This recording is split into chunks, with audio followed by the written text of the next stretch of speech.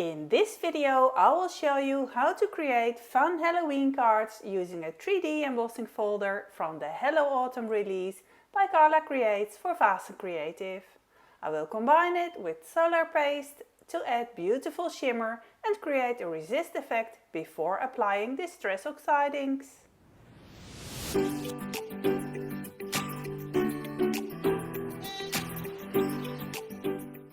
Hello, it's CisVolk. Time to enjoy card making with me. I start right away with an A6 sheet of watercolor paper for my first card panel. Because I want to emboss it with a 3D embossing folder, I spray it quite generously with water. You can spray the water directly onto the paper or spray it into the air and wave the paper through the mist. It is watercolor paper, so it can handle quite a bit of water. I will be using the matching stencil together with the embossing folder in a moment. Before I start, I first check how the stencil lines up with the embossed pattern. Then I place a small dot in the top left corner of both the embossing folder and the stencil.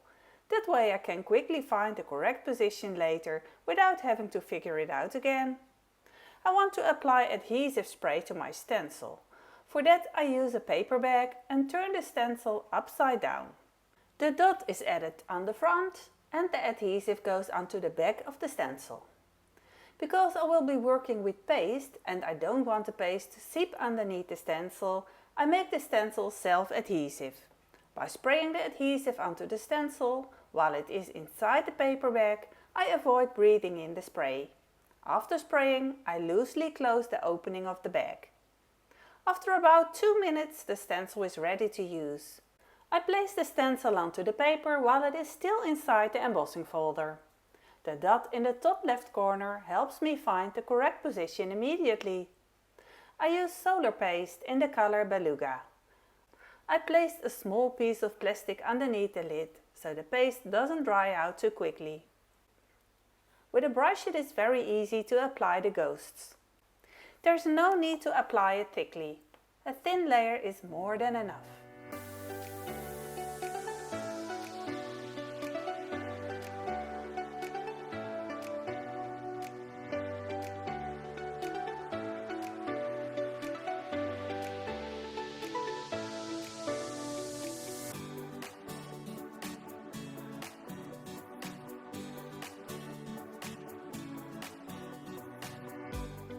This really is fun to work with.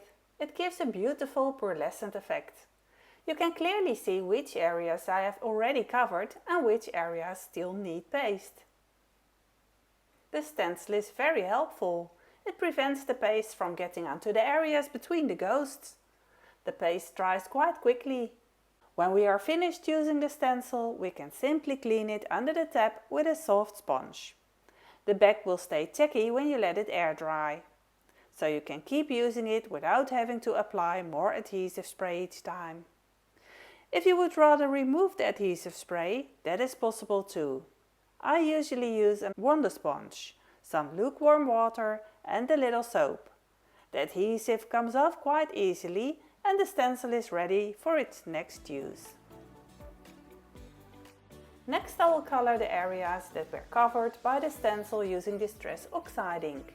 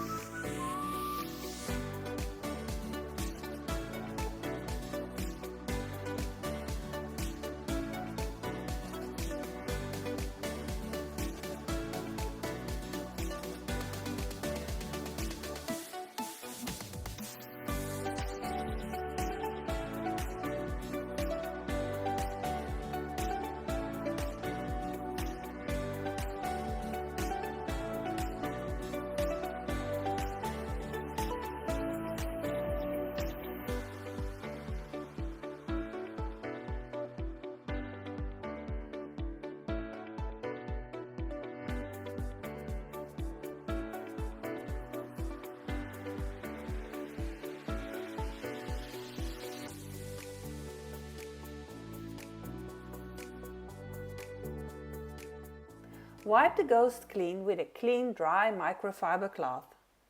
The paste works as a resist, so the ink will not stick to it. You can simply wipe the ink away, making the ghost bright white again. Start wiping from the white or light area and work towards the darker colors. That helps prevent unwanted smudges. If you slightly dampen the cloth, the ghosts are easier to clean. The downside is that you may also reactivate the ink in between. Ideally, I should have placed the stencil back on first.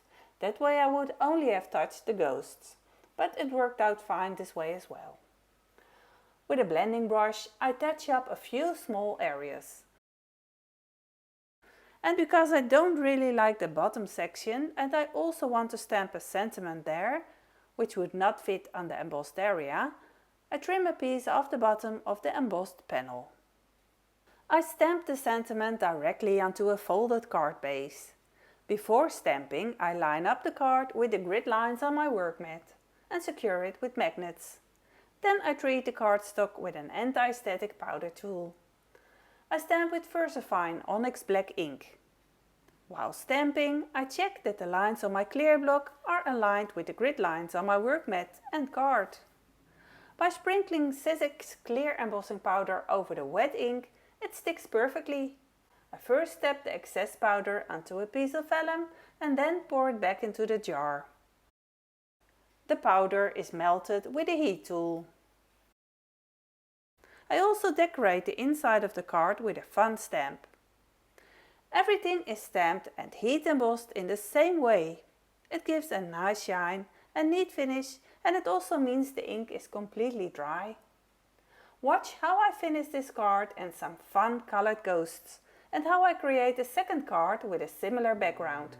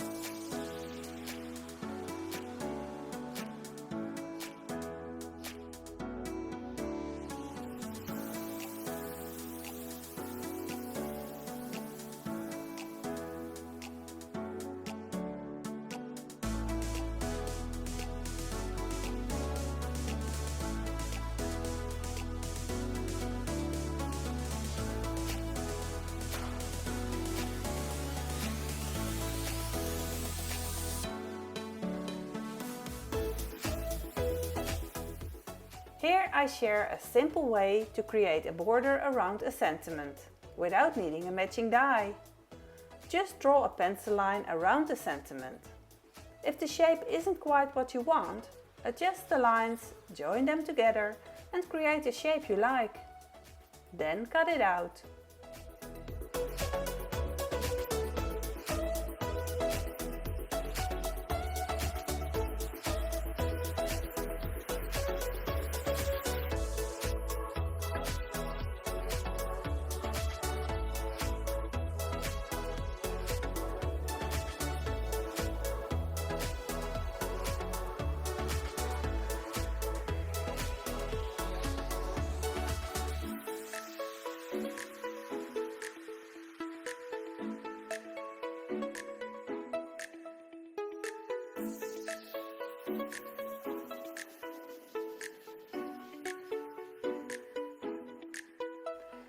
Place the cutout on something as a smooth surface underneath and use a marker to draw a line around the edge of the piece.